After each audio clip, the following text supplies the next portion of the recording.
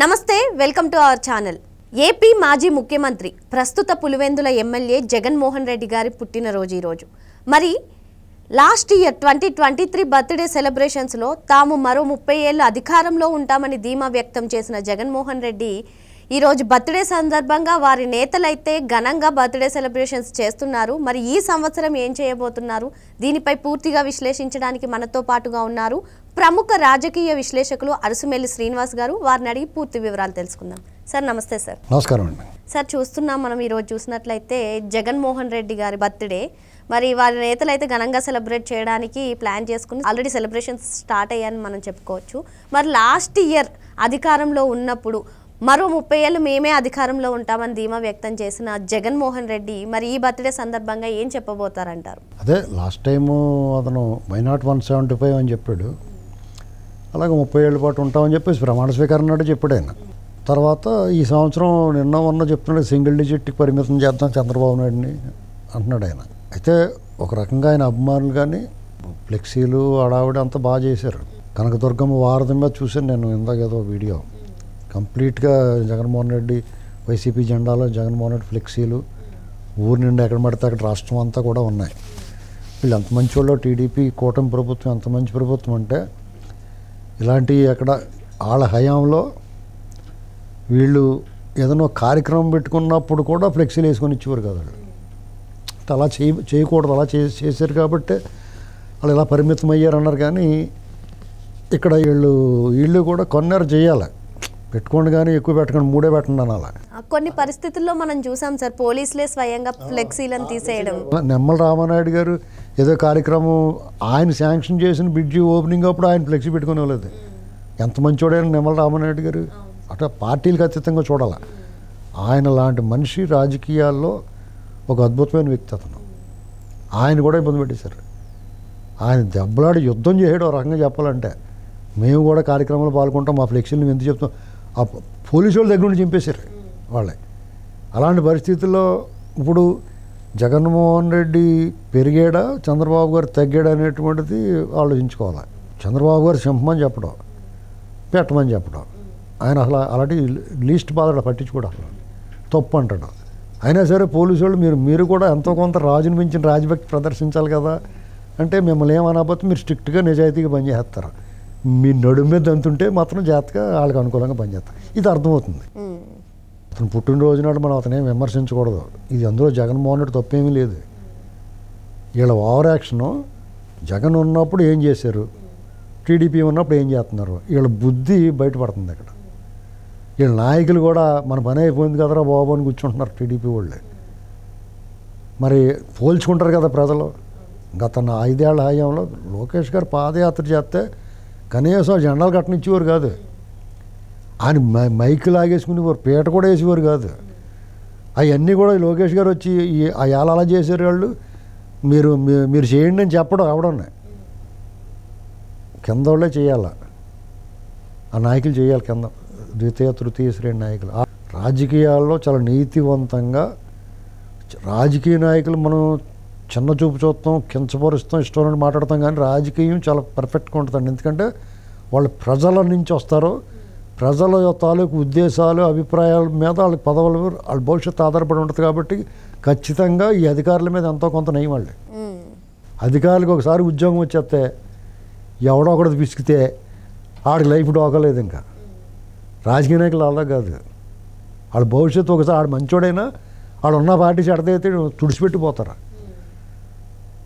ముళ్ళ కంచి మీద పంచిలాంటి వాళ్ళ పరిస్థితి రాజకీయ నాయకులు. అరిటాకు ముళ్ళు సామెతలాంటిది రాజకీయ నాయకులు. వాళ్ళు అందులో వాళ్ళు చెడిపోయిన వాళ్ళు ఉంటారు డెఫినెట్గా. అందరూ మంచి వాళ్ళు అలాగ ఉంటారు కదా. కానీ ఈ మధ్యకాలంలో జగన్మోహన్ రెడ్డి పార్టీలోకి వెళ్ళి వచ్చాడంటే పెంట అయిపోయినట్టే, స్మెల్ వచ్చేసినట్టే. ఇక్కడ ఇవాళ ఒక సందేశం ఇస్తాడు డెఫినెట్గా. ఎందుకంటే తింగిరి మాటలకి బ్రాండ్ అంబాసిడర్ అతను. పిచ్చి చూపులకి వెర్రి నవ్వులకి తింగిరి మాటలకి బ్రాండ్ అంబాసిడర్ జగన్మోహన్ రెడ్డి. అలా అనుకుంటాం మనం.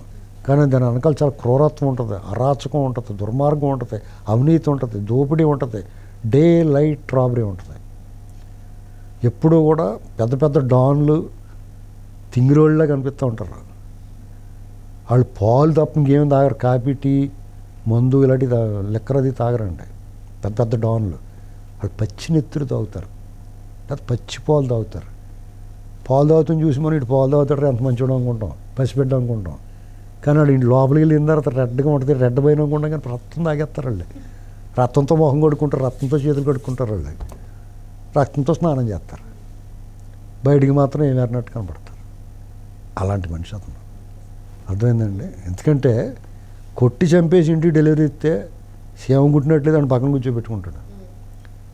అక్కడ పాపం ఒక డాక్టర్ గారు మాస్క్ అడిగితే అతను నడి రోడ్డు మీద పెడరెక్కలు విరిచికట్టి దొంగని పట్టుకున్నట్టు ఎంత దారుణం అండి. అది పిచ్చోడని మొదలై చంపేశారు. అతనికి ఎంతమంది సహకరించారు ఆ విషయంలో, ఎంత ప్రజాద్రోహం చేశారు, రాజ్యాంగ ద్రోహం చేశారు. రాజ్యాంగ రక్షణలో ఉన్న వ్యక్తి డాక్టర్ సుధాకర్ గారు. ఈ ప్రభుత్వం కూడా ఏం చేయాలంటే డాక్టర్ సుధాకర్ గారిది ఒక విగ్రహం పెట్టాలి అక్కడ. ఏ స్పాట్లో అయితే ఆయన ఇబ్బంది పెట్టాలి, లేకపోతే ఆ హాస్పిటల్ ఏరియా హాస్పిటల్లోనూ ఒక విగ్రహం పెట్టాలి డాక్టర్ గారిది. ఎవడొచ్చినా కానీ ఇదిగో డాక్టర్ సుధాకర్ జగన్మోహన్ రెడ్డి అన్యాయానికి, అరాచకానికి, దుర్మార్గానికి బలయ్యాడు అనేటువంటి తెలుస్తూ ఉండాలి అక్కడ. ఇప్పుడు తిరుపతి వెళ్ళినప్పుడు ఓం నమో వెంకటేశాయ అని వస్తుంది కదా, అలాగా ఆ విగ్రహం దగ్గర వెళ్ళి ఇలా దండం పెట్టేసి అది ముట్టుకోగానే ఏమి రావాలంటే జగన్మోహన్ రెడ్డి అరాచకం వల్ల ఇతను అంతమైపోయాడు అనేటువంటిది వస్తూ ఉండాలి వాయిస్ ఓవర్. ఇలాంటివి చేయాలి, ప్రజల్లో తెలవాలి. ఇప్పుడు మీరు ఎలాగని కొట్టడం ఇష్టం లేదు, వాళ్ళ మీద దొంగ కేసులు పెట్టలేరు.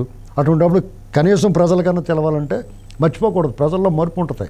కాలం అనేటువంటిది గాయాలనే మాయం చేస్తుంది. అలాగే ఇలాంటి అన్నిటిని మరుపు వచ్చేస్తుంది. ఇలాంటి ఇన్సిడెంట్లు మర్చిపోకూడదు. మీకు అనంతబాబు కొట్టి చంపి డెలివరీ ఇచ్చాడు కదా, ఆ డెలివరీ ఇచ్చింది కూడా లైవ్లో ఉండొచ్చాలి ప్రజలకి. ఇప్పుడు సినిమా థియేటర్లో కంపల్సరీ చేయాలి. మద్యపానము, ధూమపానము ఆరోగ్యానికి హానికరము, క్యాన్సర్ కారకం అని చెప్తారు కదా, థియేటర్లో వేస్తున్నారు కదా. జగన్మోహన్ రెడ్డి పరిపాలనలో జరిగిన దుర్మార్గం ఇది. మీరు అప్రమత్తంగా ఉండండి, ఎప్పటికప్పుడు గుర్తుంచుకోండి. ఇదిగో సుధాకర్ గారిని ఎలా చేశారు, డ్రైవర్ సుబ్రహ్మణ్యాన్ని ఎలా చేశారు, సినిమామండను ఎలా చేశారు, భూములు ఎలా కొట్టేశారని ఒక 30 సెకండ్స్ బిట్టు ప్రతి సినిమా హాల్లోనూ టీవీలోనూ యాడ్లు రావాలి. అది కంపల్సరీ చేయాలి. ఎందుకంటే చెడు గురించి చెప్తున్నారు కదా వీళ్ళు. ఇప్పుడు మద్యపానము, ధూమపానము ఆరోగ్యానికి హానికరం ఎలాగైతే జగన్మోహన్ రెడ్డి కూడా హానికరం సమాజానికి. అది ఎందుకు పెట్టలేదు వీళ్ళు? అది చేయాలి, గుర్తు చేయాలి. వారు బాబు ఆడితో వెళ్ళకంటారా బాబు చెప్తారు కదా, ఊళ్ళో కూడా చెప్తారా? ఊళ్ళో ఏం చేస్తారు? ఇప్పుడు మీరున్న కాలేజ్ చదువుతున్నారు, ఎవరినో ఒక అమ్మాయి అల్లసలకి ఒక అమ్మాయికి కూడా వెళ్ళకాయ బాబు అని చెప్తారు.